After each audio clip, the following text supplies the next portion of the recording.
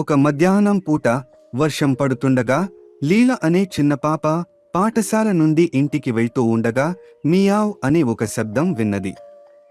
తను చుట్టూ చూస్తే ఒక చిన్న పిల్లి బాగా తడిచి ఒక పొద క్రింద దాక్కుని ఉంది.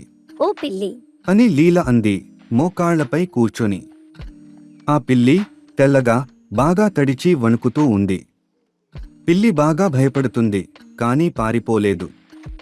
లీల తన గొడుగు పట్టి ఆ పిల్లిని వర్షం నుండి కాపాడింది. నువ్వు తప్పిపోయినట్లు ఉన్నావు. ఆమె అంది. భయపడకు, నేను నీకు సహాయం చేస్తాను. ఆమె ఆ పిల్లిని ఇంటికి తీసుకెళ్ళింది. ఇంటికి వెళ్ళి లీల ఆ పిల్లిని మృదువైన తువాలుతో తుడిచింది మరియు కొంచెం వేడి పాలు ఇచ్చింది. ఆ పిల్లి గట్టిగా మురిసింది. దాంతో లీల నవ్వింది. నువ్వు చాలా ముద్దుగా ఉన్నావు. నిన్ను కిట్టి అని పిలుస్తాను.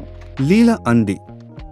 ఆ సాయంత్రం లీల మరియు ఆమె తల్లి ఆ పిల్లి ఫోటోతో పోస్టర్లు తయారుచేసి దాని యజమానిని కనుగొనడానికి వీటిని పక్కన కాలనీలో గోడలపై అంటించారు. తరువాతి రోజు కమల అనే ఒక మహిళ లీల ఇంటికి వచ్చి, అది మా పిల్లి అని ఆమె సంతోషంగా అంది. కమల రాగానే ఆమె తన పిల్లిని ఆలింగనం చేసింది.